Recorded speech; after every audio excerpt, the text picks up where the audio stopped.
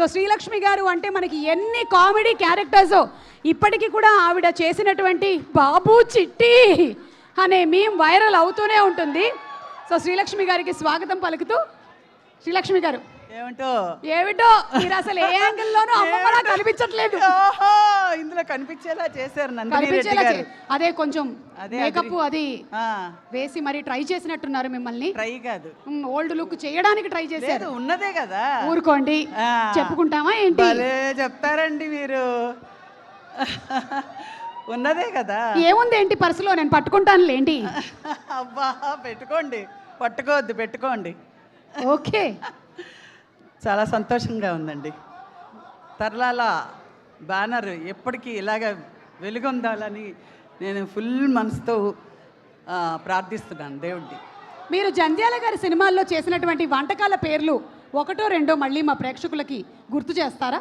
అబ్బా, దబ్బా, జబ్బా, అది వచ్చి ఎస్వి కృష్ణారెడ్డి గారు. బాబు చిట్టి. అలాగే వంటలు బంగాళా బహుబహు, అరటిపండు. మా మనవరాలు బంగాళా బహుబహులన్నీ చేయలేదండి.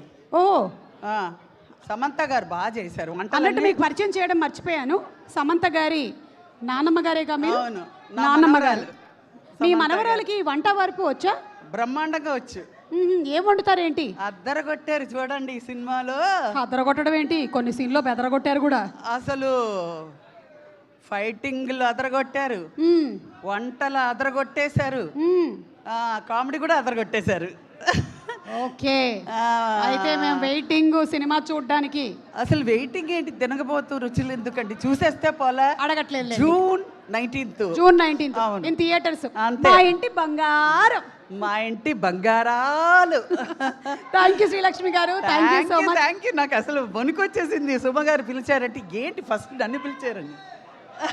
ఇన్ని సినిమాలు చేసిన తర్వాత మీరు ఆ మాట అంటున్నారంటే అంటే భయం ఉండాలండి. భయం లేదు, ధైర్యం వచ్చేసిందంటే ఇంటికి వెళ్ళిపోవచ్చు. కరెక్ట్, అది మీ సక్సెస్ రహస్యం. థ్యాంక్ యూ సో మచ్ అండి. Thank you. Requesting you to please be seated. Yes, మీ పర్సు మర్చిపోయారా అని టెస్ట్ చేశా.